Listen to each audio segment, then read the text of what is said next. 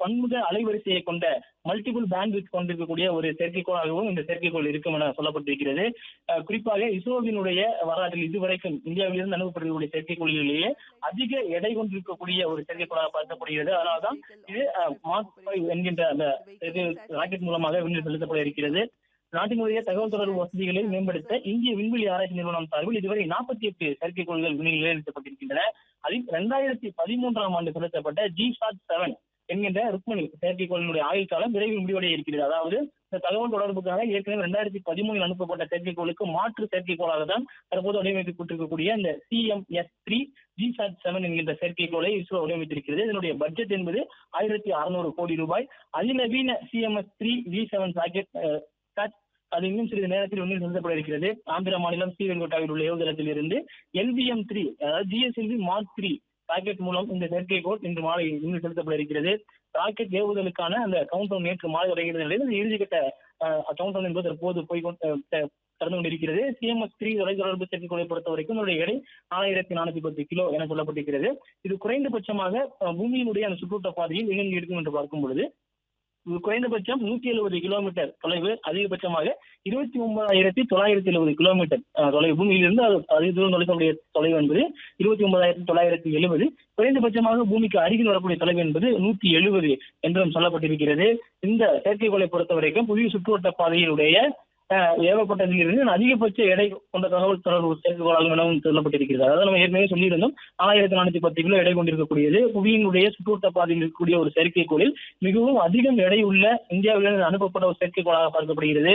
அதனால்தான் இதற்கான அந்த ஏவுதல் பணி என்பது மிகவும் இந்தியாவின் மூலமாக உன்னிப்பாக கவனிக்கப்படுகிறது. இது விரிவுபடுத்தப்பட்ட மல்டி பேண்ட் அதாவது பன்முக பேண்ட் அலைவரிசைகள் தொழில்நுட்ப வசதிகள் உள்ளன. அதிநவீன அம்சங்கள் இடப்பட்டிருக்கிறது. இந்திய கடற்படை ராணுவத்தின் பணிகளுக்காக இந்திய செயற்கைக்கோள் பயன்படுத்தப்பட இருக்கிறது. இந்திய கடலோர எல்லை கண்காணிக்கிறது. போர்க்கப்பல்கள் விமானங்களிடையே பாதுகாப்பான தொலைத்தொடர்பு சேவையை வழங்க இந்த செயற்கைக்கோள் மேம்படுத்தி வழங்கும் என சொல்லப்பட்டிருக்கிறது. இதற்கு முன் 2013ஆம் ஆண்டு தகவல் மற்றும் தொலைத்தொடர்புக்கு பயன்படுத்தி இருக்கக்கூடிய இந்த ருக்மணி GSAT-7 என்கின்ற செயற்கைக்கோளுக்கு மாற்றாகத்தான் இந்த செயற்கைக்கோள் தற்போது விண்ணில் ஏவப்பட இருக்கிறது. ஒட்டுமொத்தத்தில் கடல்சார் பாதுகாப்பை அதிகரிப்பதே நம்முடைய முக்கிய நோக்கமாகவும் சொல்லப்பட்டிருக்கிறது. ராக்கெட்டை பொறுத்த வரைக்கும் LVM-3 ராக்கெட்டினுடைய 7வது ஏவுதல் திட்டமாக சொல்லப்பட்டிருக்கிறது. இதற்கு முன்பு சந்திராயன் 3 விண்கலம் இந்த ராக்கெட் மூலமாக தான் விண்ணில் வெற்றிகரமாக செலுத்தப்பட்டது என்பது குறிப்பிடத்தக்கது. மிகவும் ஒரு முக்கியம் வாய்ந்த அதிநவீனத்துவம் வாய்ந்த ஒரு செயற்கைக்கோளையோ அல்லது திட்டங்களை இருக்கும் பொழுது LVM வகை ராக்கெட்டுகளை பயன்படுத்துவது இஸ்ரோவின் வழக்கம். அது அதிக எடையுள்ள ஒரு செயற்கைக்கோளை கொண்டு செல்வது, நீண்ட தூர பயணங்களை மேற்கொள்வது உள்ளிட்ட பணிகளுக்கெல்லாம் இது போன்ற ராக்கெட்டுகளை பயன்படுத்துவார்கள். LVM-3 ராக்கெட்டினுடைய 7வது ஏவுதல் நிகழ்ச்சி நடைபெற இருக்கிறது. அதனுடைய இந்தியாவினுடைய இஸ்ரோவினுடைய வரலாற்றை பொறுத்த வரைக்கும் அதிக எடையுள்ள ஒரு செயற்கைக்கோளை சுமந்து செல்லக்கூடிய LVM-3 ராக்கெட் இன்னும் சில நிமிடங்களில் விண்ணில் பறக்க தயாராகிறது. ராக்கெட் ஏவு நிகழ்வை பார்க்கக்கூடிய வகையில் இஸ்ரோ சார்பில் அந்த ஏற்பாடுகள் எல்லாம் செய்யப்பட்டிருக்கிறது. இந்த செயற்கைக்கோளை பொறுத்த வரைக்கும் மக்கள் நேரடியாக இருந்து பார்ப்பதற்கான அனுமதி வழங்கப்பட்டிருக்கிறது. இஸ்ரோ சென்று அங்கே இருக்கக்கூடியவர்களுக்கு மாணவர்கள் அங்கிருந்து செல்வதற்கு பார்ப்பதற்கான அந்த வாய்ப்புகள் கொடுக்கப்பட்டிருக்கிறது. அந்த ராக்கெட்டினுடைய ஏவுதல் என்பது real time programs activated -25 seconds -20 seconds -15 seconds 10 9 8 7 6 5 4 3 2 1 0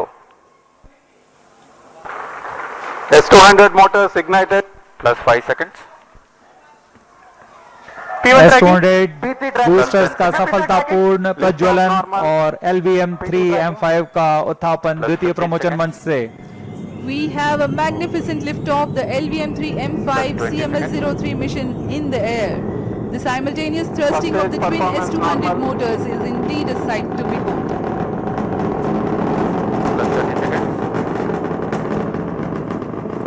GSLV Mark 3 LVM-3 के नाम से जाना जाता है. यह हर बार एक कहानी लिखता है. पिछली बार हमने इसे चंद्रयान 3 पर देखा था और अब हम देख रहे हैं LVM-3 M5 CMS-03 mission. A clear Sriharikota sky and the LVM-3 silhouette. Char-1 is in main Thrill auto. and satisfaction together at the countenance of the witnessing ISRO scientists. Char-2 is in main auto.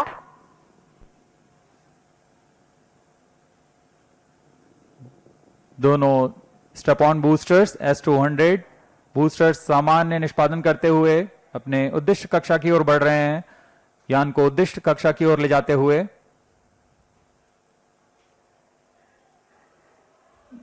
The Shah's tracking station continue to track the trajectory. First stage performance normal. प्रथम चरण का कुल कार्यकाल 126 second का होगा। तत्पश्चात S200 booster शांत हो जाएंगे और उन्हें यान से पृथक कर दिया जाएगा।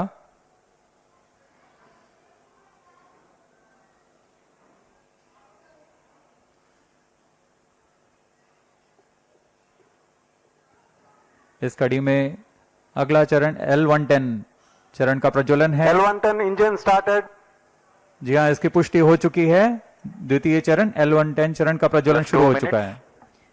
We have a confirmation from the Range Operations Director that the second stage L110 has commenced its operation. L110 engine performance normal. The two Vikas play store மற்றும் ஆப் ஸ்டோரில் இருந்து பாலிமர் செயலியை QR கோடு மூலம் பதிவிறக்கம் செய்யுங்கள். செய்திகளை உடனுக்குடன் பெறுங்கள்.